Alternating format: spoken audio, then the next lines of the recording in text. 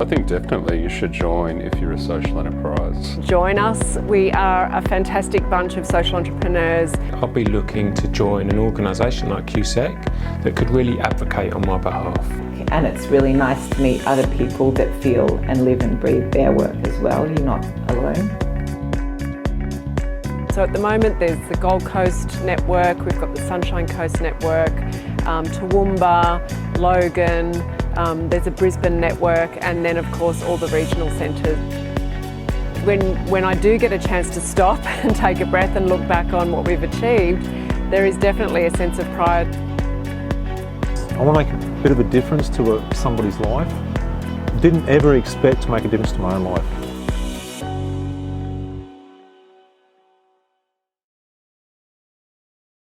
So hello everybody, my name, if you haven't met me before, is Elise Paraps. I'm the CEO of the Queensland Social Enterprise Council, and I'm standing here on the beautiful Quandamooka country down the south east of Brisbane, almost in the water. I can almost smell the water on the breeze today.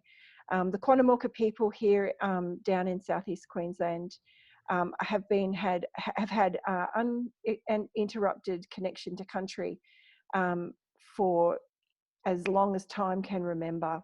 And we just want to pay respects to wherever you are in the world today, to the Indigenous people, First Nations people. We really do respect and honour the ancestors. I'm sorry, I'm letting people in as we go, but the ancestors of the past, the emerging elders coming through the system now, and elders on country currently. It's so important for us to take these moments to recognise the important contribution that Indigenous people play and First Nations people play in this country particularly, but also across the globe. Social enterprise has very strong links to Indigenous practice. They were doing it well before social enterprise was even invented. And we're really trying to build some systems to help understand the ways and approaches of business, and not just about making money, but actually reciprocal understanding of how resources can be exchanged. So welcome everybody. I'm delighted to say that Ruth Knight from the QUT Business School is here with us today. And also Leanne Butterworth, if you've not met her before, our daring and dashing membership officer. And she's been cleverly crafting sessions for us, for our members, to help connect and engage us in ways that go beyond the Learning Centre. So I'm really hoping that you've all signed up to QSEC. If you haven't, there are some awesome deals that we have going on for your membership needs. And Leanne's going to pop in the chat room a little discount code called QSEC_friends for the newbies who are with us here today. QSEC offers not just a way to connect with your community in your local areas by the networks that we're creating across the state, but also across the nation. So we're also involved in learning and sharing practice across the whole of Australia.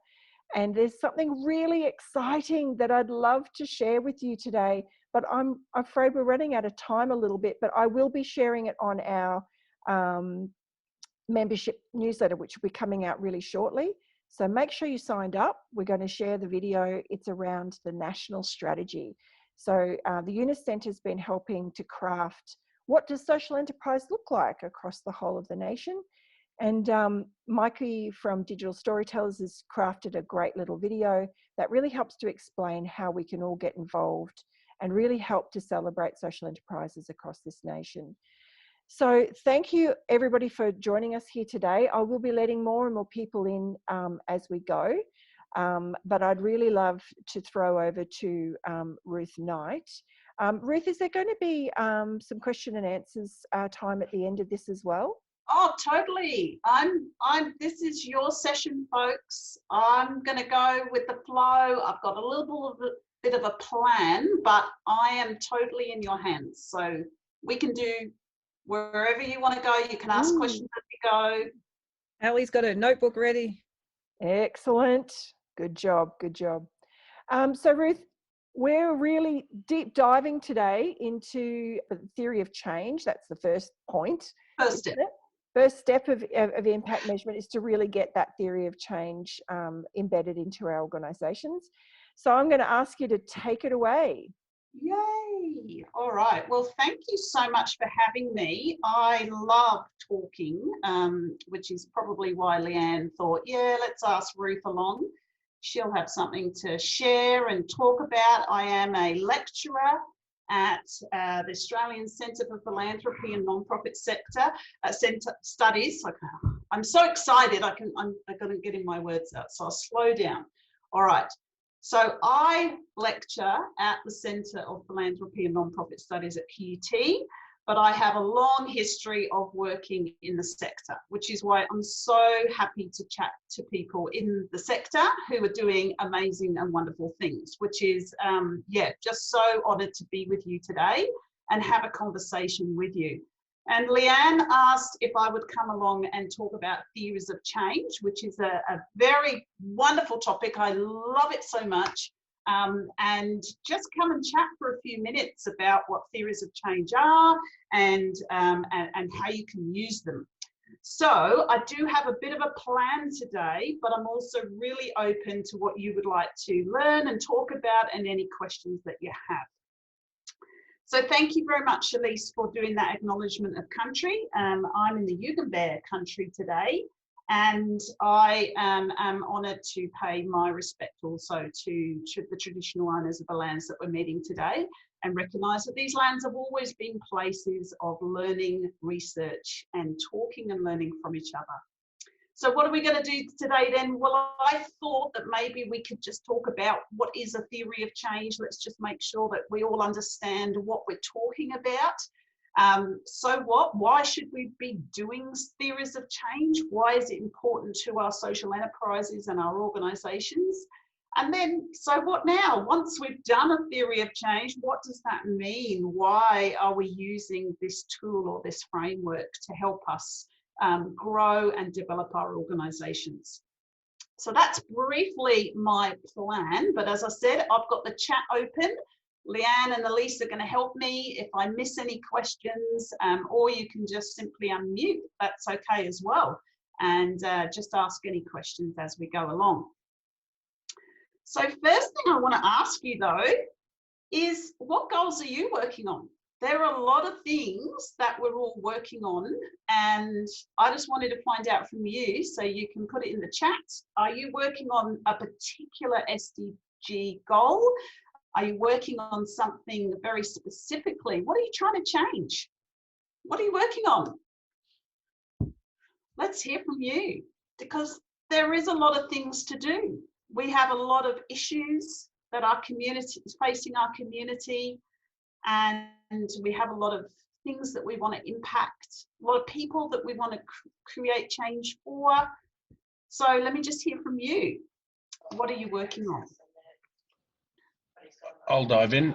Young Confectionery, number 3 there, where we're looking to change the lens on mental health and wellness, trying to bring it from a reactive problem-solving approach through and bringing it to be a proactive, everybody, everyday approach to mental health and wellness, and trying to encourage people to build their resilience toolbox so that we don't have mental health problems anymore.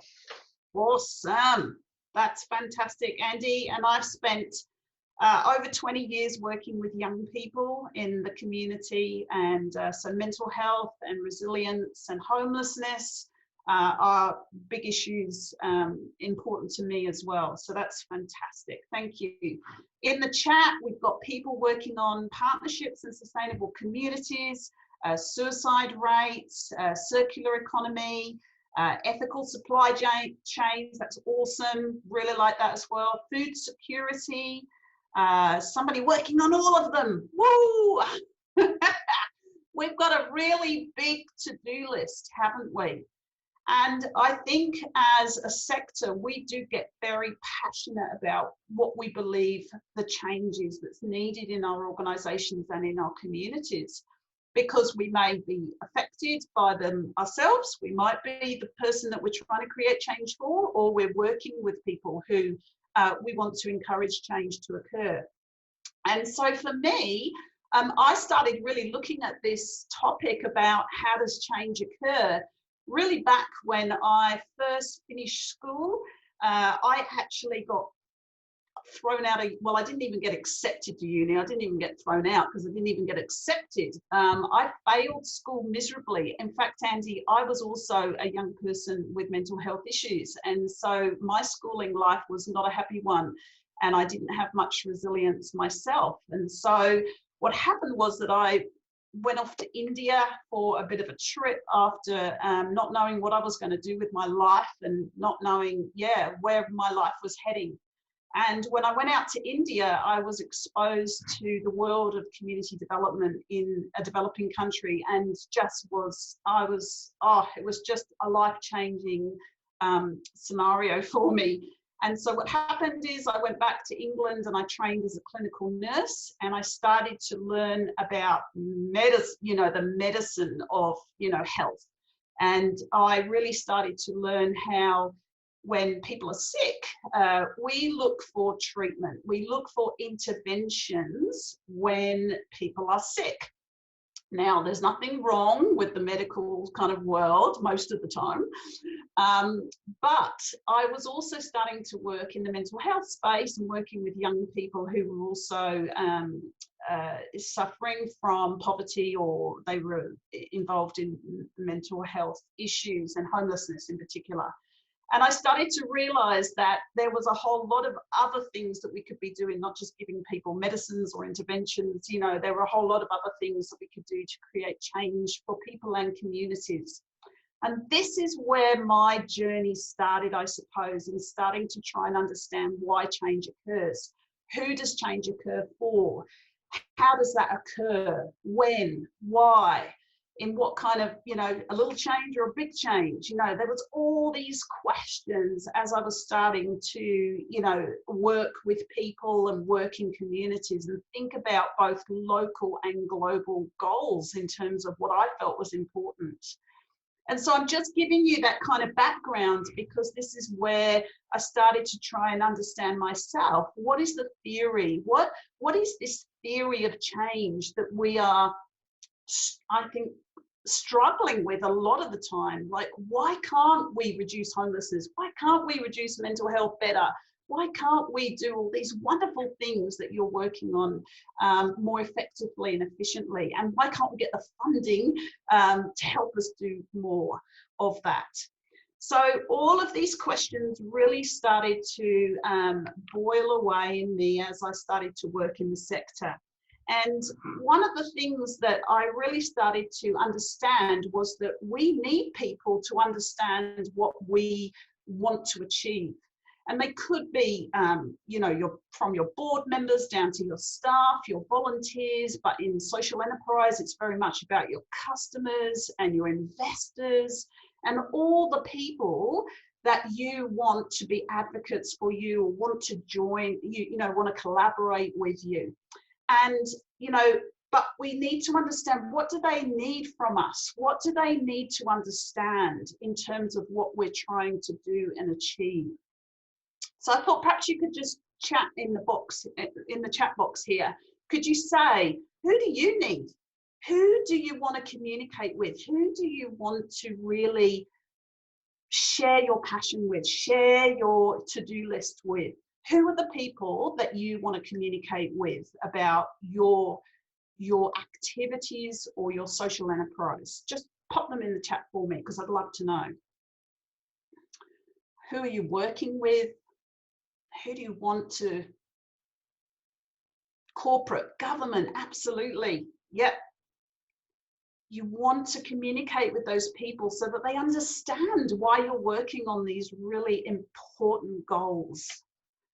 Other social enterprises, consumers, absolutely. Customers, people who assess grants, absolutely. You want your funders to understand why you're doing what you're doing. Brilliant.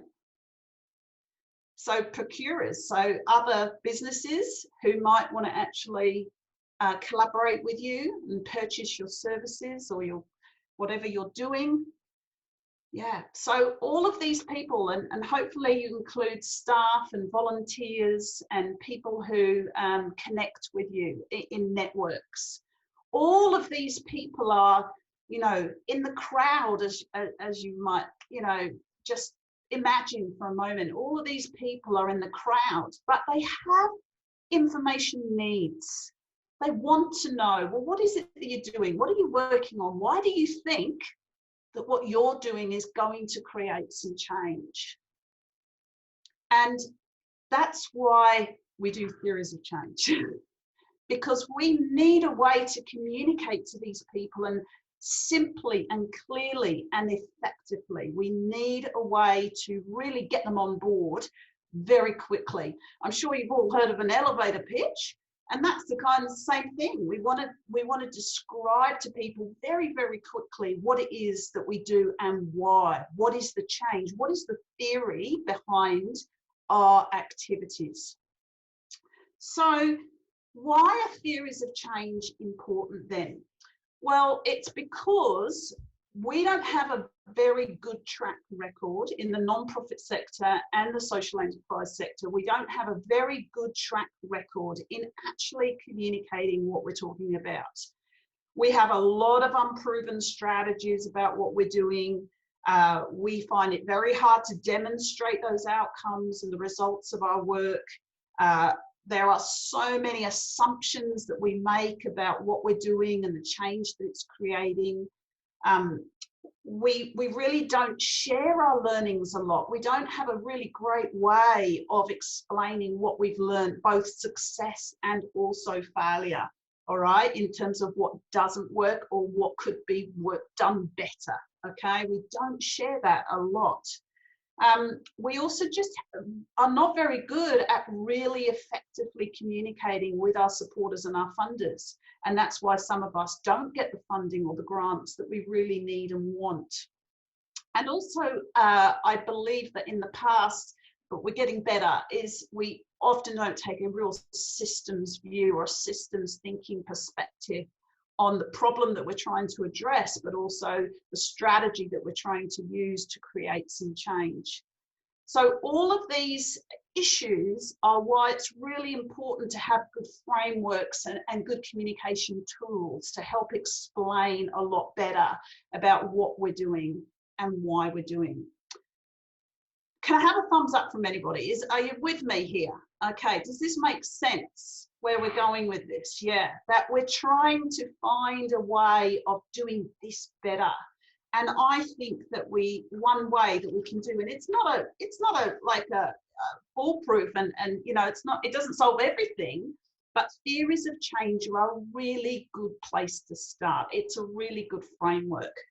And I was thinking, you know, it's a bit like an Ikea box arriving at your door and you thinking, oh my gosh, so this looks exciting, but what do I do with it? How do I put it together? What's it meant to do or create or change, you know, for me? And so I want to challenge you folks today to not be like an Ikea box without instructions, at least, okay? Because if you just present an Ikea box to your funders or your supporters or your customers and they go, wow, this looks really exciting, but what is it? What do you do? How does it create change? You know, then it's going to get people offside, very frustrated, and they may not become your supporters and advocates. All right. So don't be like an Ikea box, at least without instructions. All right. We are going to try and think about a way of giving people really clear way of describing what you do and why. I hope you're getting excited about theories of change, because this is really where we want to go now. We want to go, well, what's the solution then? What's one way? And as I said, it's just one way of helping us to communicate what happens in our organisation or in our communities because of our organisation. So what do theories of change do? Well, theories of change are both a principle and process. It's not really one or the other. It's a lot about how we communicate and what we communicate, but it's very importantly about a process as well. It's not just, you know, then a miracle happens, right? It's not just sort of writing it on a board and saying, well, this is what we do, and it is theory, but it's really a process to engage people to help us communicate what we do and why. So what do theories of change do then? Well, they start to bring real rigor to your program or your service, whatever you're doing, because there is process behind actually developing the theory of change. And so it's not just, I think this is going to happen. Okay, you've actually done some homework and you've really done some research that underpins your theory of change. It does lead to better decisions because you start going, oh, does that really happen? And why does that happen? And what is our theory all about? It helps you start thinking about your assumptions. And there are many assumptions that we make when we're creating activities or services or interventions. We make many assumptions about what it's doing and who's being affected by that. But really importantly, it's a process that's participatory. It gets people engaged with you and your communication around what you're doing and why. So, and it creates this culture of really thinking about, is that true? Does that really change happen? And does that change happen in a small way or a big way? Or when does it happen? Why does it happen? So all up, it helps you really communicate clearly and much more effectively to all those people in the crowd that you talked about earlier, people that want to know what you're doing and why. Who's excited about theories of change? Anybody? Have I sold it to you? Do you think there could be a reason for getting excited about theories of change? Any questions at this point? Or should we go into what is it? Yes, all good? You're following me? All right, excellent. Okay, so what is it then? What is a theory of change? Well, a theory of change, as I said, it's a framework, it's principles, it's a process. And this, what I'm showing on the screen now, is called, well, it's called a number of things actually. Sometimes it's called a logic model, sometimes it's called a program logic, it could be an outcomes map, it could be an outcomes chain. There's lots and lots of different names for what we describe as a way of explaining your inputs, your outputs, and your outcomes. So if you don't know some of that terminology, then write that down because you need to go and find out what those different names are and what they mean. But generally, inputs are what you need. So it's all the things, the resources, the people, the IP, the technology, everything that you need to conduct some activity, whether that's a product, a service, whatever it is that you do. So your activities and your outputs are kind of what the result is of you using those inputs. And when you create some results, it may or may not create any change, because literally running services, running around like a blue ass, fly, doesn't actually mean that anything changes, but we hope it does, and you, I assume, are thinking that it does. So the outcomes are what changes as a result of your activities.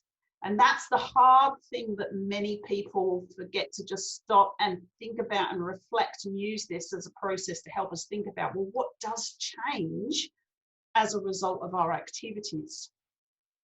So what a theory of change is then is just really a description of this process, and it's called the if-then relationships. So if we have this input, then we do this activity. If we do this activity, then this is the change that will happen. So it's really simple. It's really simple. It's just describing those if-then relationships, but in a very clear and hopefully evidence-based way. So I always encourage people to think about these if-then relationships. So let's have a little go here. So just imagine I said, if I had a headache, or if I didn't feel very well, then I did something, what would you put in that blank? If I had a headache, then I would, what would you do? Put it in the chat, or you can just say, have a nap. Good, Stacey. What else would people do? If you weren't feeling too good, or you're a bit in the afternoon, a bit tired, take a Panadol. Excellent, Elise. That's a common one. Eat some chocolate. I thought Andy was going to say that. Drink some water.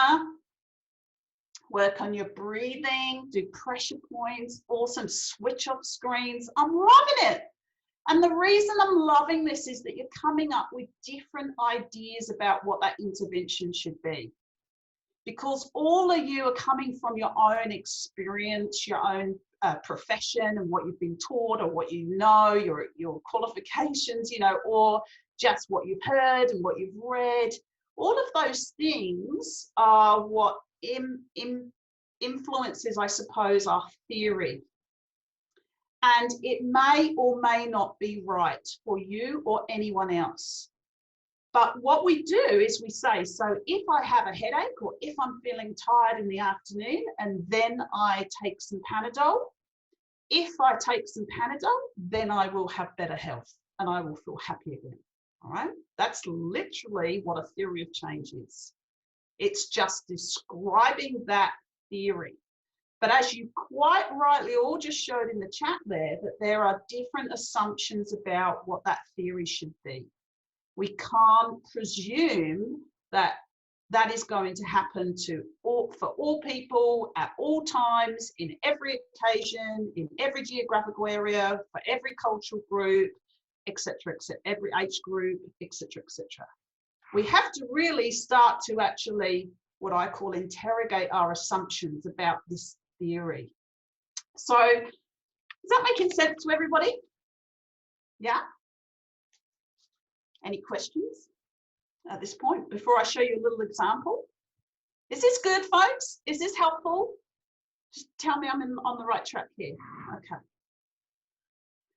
All right, no questions. So I thought I might show you a little example, if you like. And this is Yoti Fairworks. Has anyone heard of Yoti Fairworks? This is a great social enterprise. They're actually based in Germany, but they work with Indian manufacturers and tailors, and they're just a wonderful social enterprise. And if you go to their website, you'll see that this is what they say. They say Yoti Fairworks is a German Indian fair fashion label that produces clothes in a socially and ecologically sustainable way. Yay, that sounds awesome, doesn't it? All right, and for those of us who love this sort of, you know, slow fashion and working in a fair trade way, we would know that this is probably a good social enterprise to look more into. But what I want to ask you is, does this tell you about the change that they're making? Does it really explain why they do what they do? Just this alone, is that a theory of change? Katie's nodding her head, shaking her head. Muriel, no. Is that a theory of change? That's my question. No, Stacey, you're correct. It's not a theory of change. This is not a theory of change because all it's doing is telling you a little bit about their values and how they work. It's not really telling you what.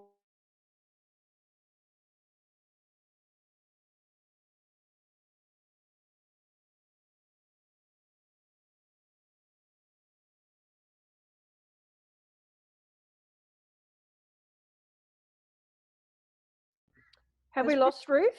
I think Ruth has paused. Ah! I saw a question in the chat. Hang on, let's have a look. We'll give some intermission music. I have a question about 10 little pieces. Struggling to define how to measure the outcome value from the outputs. Okay. We'll get to that, I hope. Because that's that transition piece between outputs, the difference between outputs, which is number of workshops, pieces of rubbish picked up, and the change that actually makes. Oh, where'd she go? She'll come back. So yeah, and that's the hard piece, because quite often it could be like kilograms of rubbish that you picked up, but the question is, well, so what? What does that mean?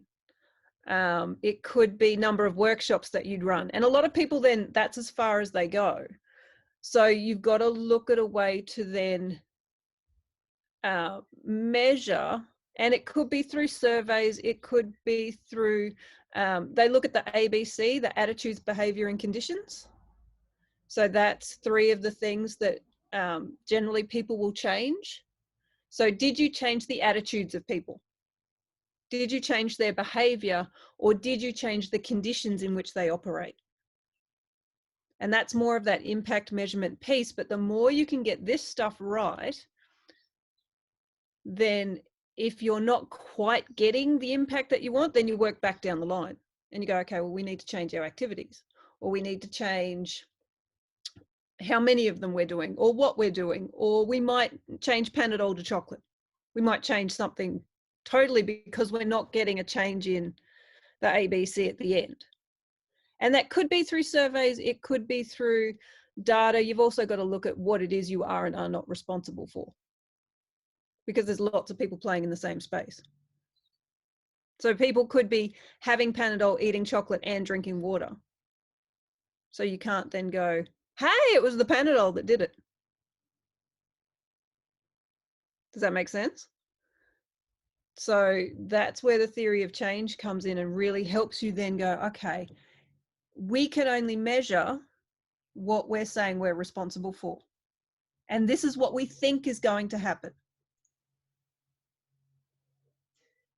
Leanne, so I have a question how that would relate to how to help, because we're basically acting, I guess, as a little bit of a conduit or creating that audience for people. So like when, as we've discussed before, but for everyone else, we working on the partnership side of the sustainability goals, but we're supporting social enterprises and charities and, you know, bringing people to them, giving them that exposure. So would our theory of change, or part of our outputs, would be that then our clients would experience an increase in theirs? Yeah. So what you can do is you can look at other social enterprises working in the partnership space and look at how they do their impact measurement. Your outputs may be number of people who come through, who successfully on our website, but the it actual, might be the number of hours. They might be reporting back to you and saying, well, this is the number of hours that have come through your platform. And you might then, the other thing that people can use is sometimes there are already defined metrics. So for example, there might already be a defined metric saying number of hours volunteered brings this level of happiness. Yeah, because a lot of the times in charities, you'll see that where they go, you know, or this much donation gives this many baby bags, helps this many people. Yeah. You know. So for Trademark, for example, they say every shirt we sell creates, let's say, 500 conversations. Yeah. So they can then go, well, we sold 1,000 shirts. We did this many conversations. This many conversations, evidence shows that people having mental health conversations leads to a greater uptake in services. Yeah. Okay, so they've connected their own dots there. There are metrics about, let's say, the amount of money it saves the government for every person in employment who was originally on NDIS, Medicare, whatever it is. That then has a dollar value, but then what is the impact of that? So you could be asking your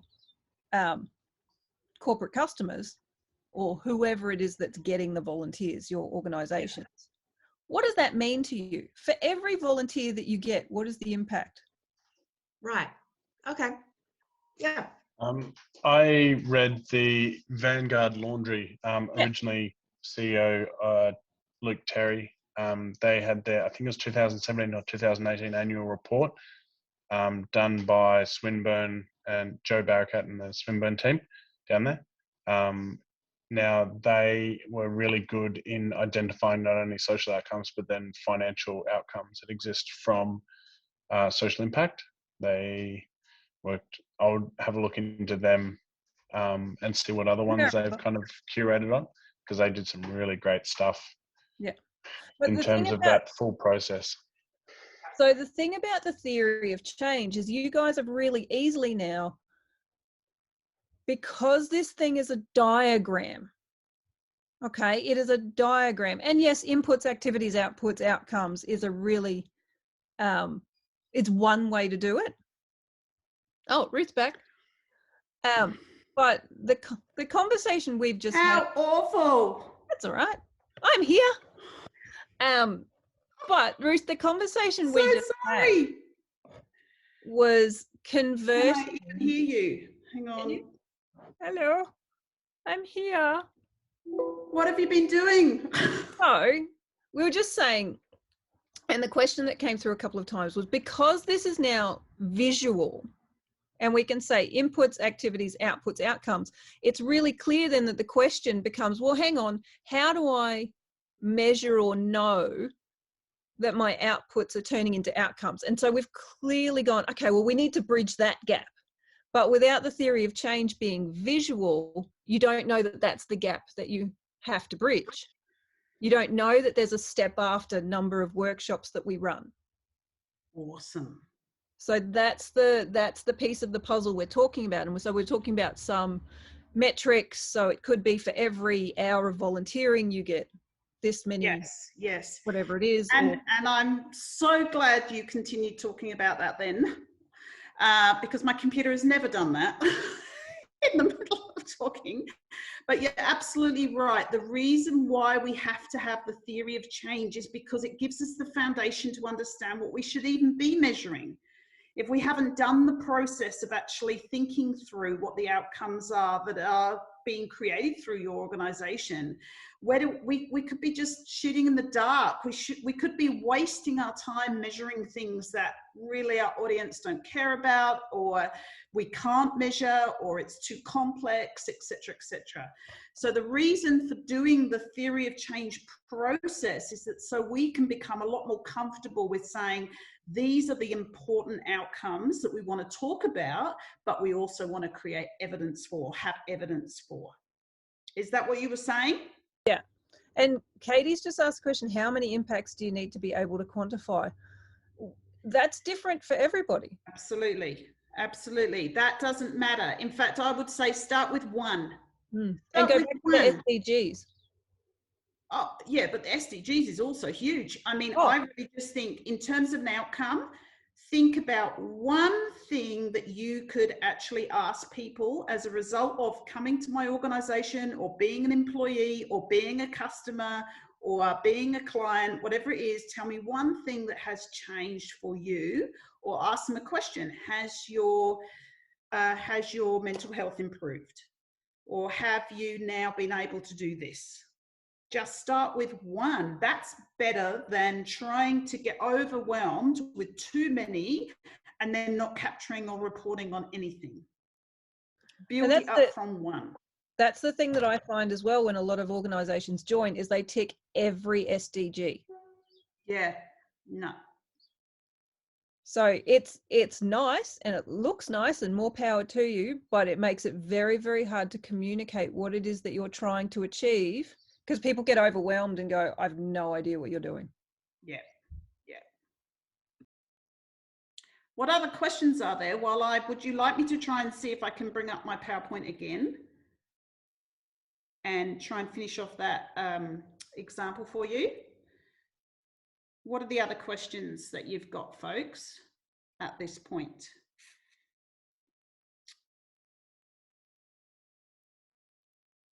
What are you thinking about, Elise? I might have to pick people. It's really interesting because we've been doing a lot of the theory of change stuff, not just for our, for what QSEC wants to do, but for individual projects as well. Yeah. So, the really great thing is once you start to get the hang of it, anytime that we go for government funding for certain projects or initiatives or things like that, we actually just drill down specifically into that one thing that reduces the amount that we're trying to do. Obviously, QSEC's trying to do so much stuff. So just by narrowing the lens and focusing in on that one project and looking at one thing that we could attack or try and solve through that one thing helps us to narrow our lens and to get really sharp and strategic about the activities and the outputs, and then what we're going to measure to actually see that it's been successful. And that's a really good question that some people ask me, is how many theories of change can you have? And I say, well, you can have as many as you like. You can have one that describes your whole organisation. You could have one that describes a particular program that you do. You could have a number of different theories of change for the same program. And in fact, Yoti Fairworks is an example of where they do a lot of different, they create a lot of different change. So they could have different theories of change for different aspects of their organisation and what change they create. So it's a bit like a resume, I suppose. You wouldn't just do one and never edit it again for all different employers if you're trying to get a job. You would make that theory of change relate to the audience or the person you were trying to talk to. So it doesn't matter, as long as it's obviously, there's some evidence behind it, you've done a process, you've engaged some stakeholders, you haven't just kind of made it up and hoped for the best, you've followed the process. But it doesn't matter what your theory of change actually relates to, as long as it's simple and it explains what you're trying to achieve. Can I ask another crazy question that we get quite a lot is in that consultation piece, particularly around the theory of change, what does it look like? What does consultation with the stakeholders look like? Because we do get that question quite a bit too. You're asking me?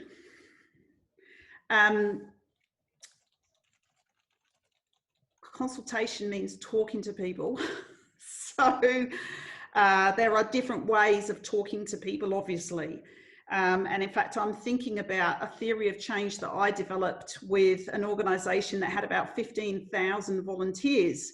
And there's no way that I could have interviewed or even done focus group with 15,000 people who were beneficiaries of that organisation. So what we did was we did a various strategy. We did a survey that we sent out to everybody, and we said, if you'd like to have this, be consulted through a survey, then you can add your comments here. But we also then did a few focus groups with some key people that we thought would be really good to come along to a focus group. And I also did interviews as well. So you can have a mixed methods approach to having that consultation. But what you're trying to do is trying to get people's insights, because you're trying not to make assumptions about the change that occurs because of what you're doing. So those people that you're consulting with could be your beneficiaries, but they also might be experts who've done some research on the topic, or it could be other people in your sector that understand or have been doing some of this similar work. It could be a range of people that you consult with to actually say, what do you think happens as a result of this activity? And it's also an iterative process. I mean, I've done one once, and we asked people and we got completely an answer we didn't want. We went, oh no, what we're doing is actually doing the wrong thing. We're creating, So that then helped us go, okay, no, we're not doing that anymore. Completely changed and went, okay, we're going to do this. This has to go with this. We're not doing that by itself. But the only way we knew that was by saying, okay, we think if we do this, this is going to happen. And it didn't happen. And we went, eek. Hold the phone. That's what's so important to share, because you're learning from that. That's again, looking at your assumptions about why change occurs and when and who for, and trying to learn from that process, and then sharing that with other people so that maybe they don't go and do it, or they learn from that and go, oh yeah, okay, so it didn't work there. How would we do it differently? And that's the evaluation culture that we want to create in this sector. Is that we're always learning and listening and, understanding why change occurs, and then reporting to the people that care about what we're doing. It's not always about patting ourselves on the back. Sometimes it's about saying, you know what, we tried it over here and it didn't work. So we tweaked, we did something different. We iterated because we were able to show that we asked about change, but we couldn't evidence it. So we've done this instead. One really famous thing that Harry Sillett from Vanguard Laundry often talks about is when Vanguard Laundry was first set up, some of the beneficiaries were quite drug dependent or dependent on alcohol, cigarettes. So they thought they'd put into their measurement tools quite early a reduction in smoking as one of their key kind of impact measurables. If they're getting work, you know, there's this assumption that that's what everybody would want.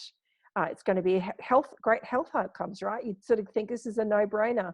But partway through their journey, a couple of years in, when they started to look at, well, what's the evidence that says that, you know, the programs in getting work, meaningful work, and all of these things actually will turn into non-smokers. It didn't align at all. And then they went and asked their beneficiaries the next time they went to do the impact measurement, is that your target? And they all went, nope. Nope, we're not. We're interested in the work thing. Let's get on board with that. We really want to have that, you know, that meaningful engagement. All of these things work, but no smoking? Whoa, that's not part of our plan. So they've actually had to change and adapt to see what they're actually measuring. And that's why you really want to understand what your audience want to know. What do they care about? What do your funders care about? What do your customers care about? What do your employees care about?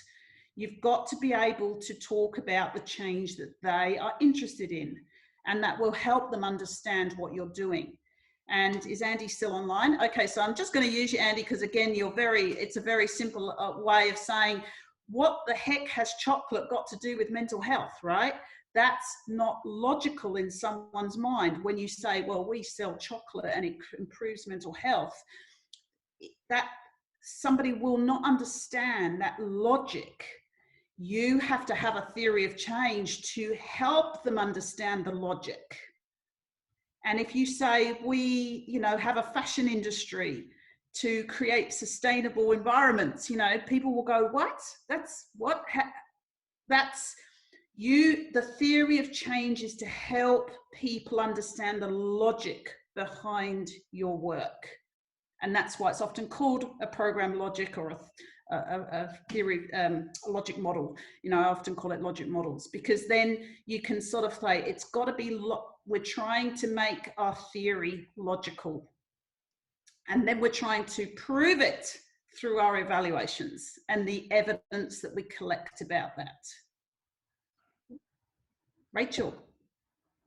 Ruth, just because I know that you have helped us make sure that we are evaluating correctly from QSEC, I was wondering if you could just take a moment to explain how we can have an unbiased evaluation as each social enterprise, because obviously there are ways of manipulating answers, and we obviously don't want that if we're creating a true change rather than the change that we want it to be. And so I was just wondering if you could maybe give us some examples of how to have the most unbiased. Yeah, okay, well, maybe that's what I'm going to say, is that you can't eradicate bias.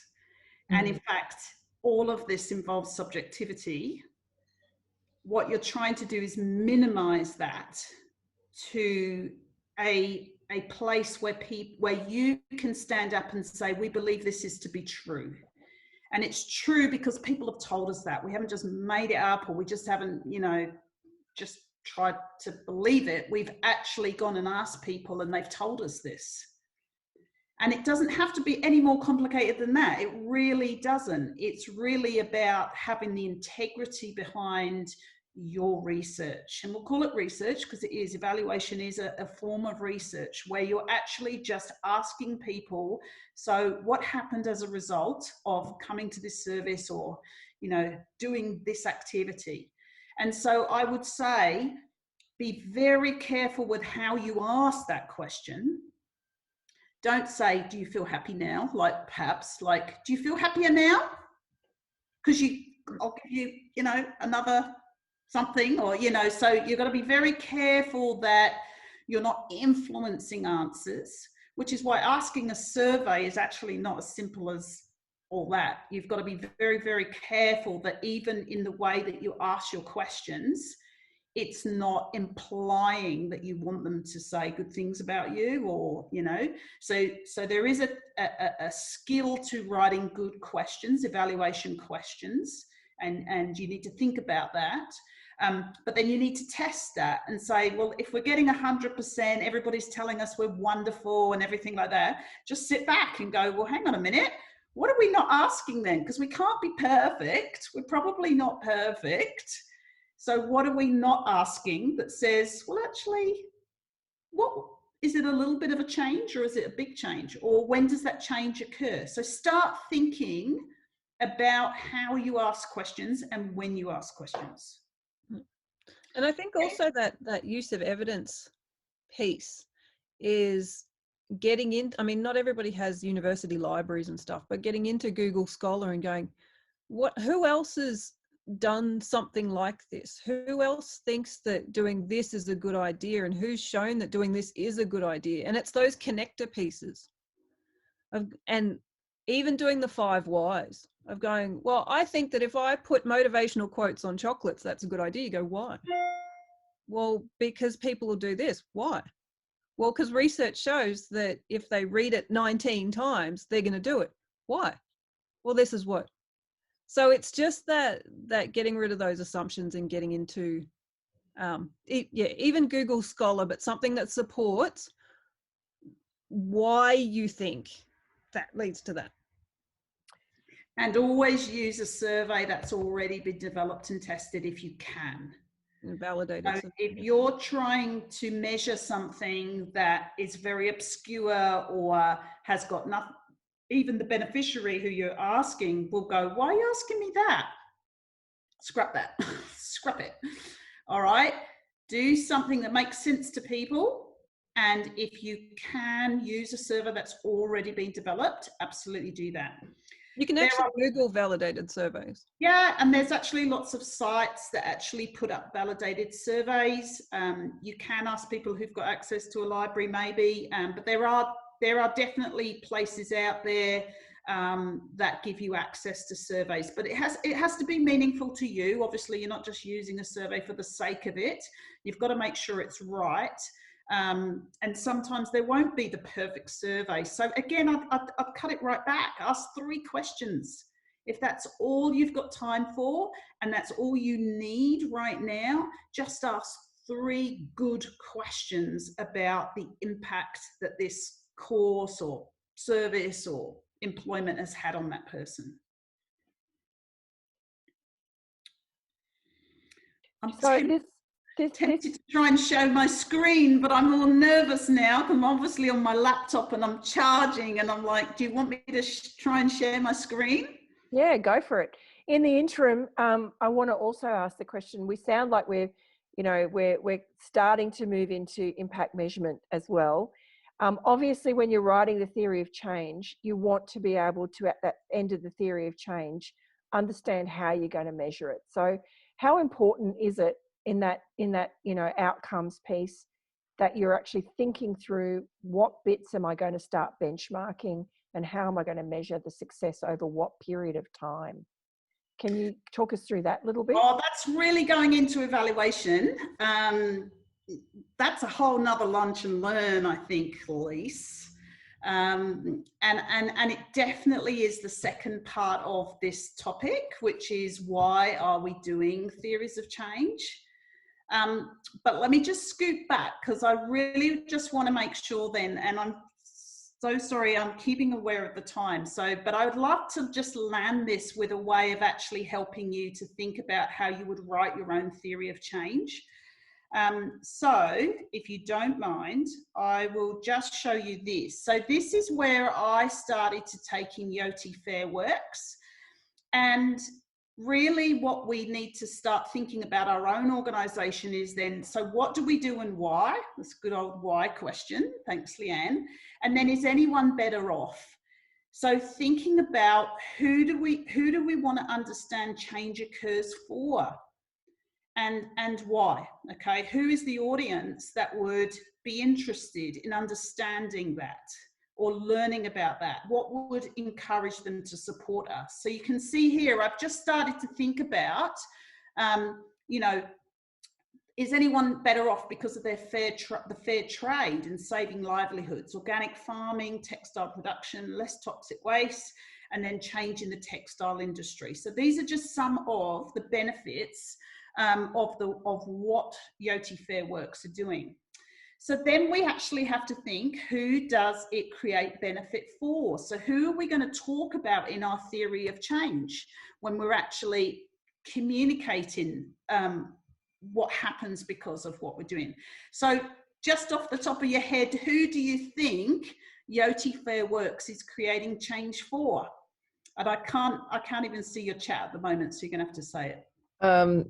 The Indian makers. Yes. Yes. Who else?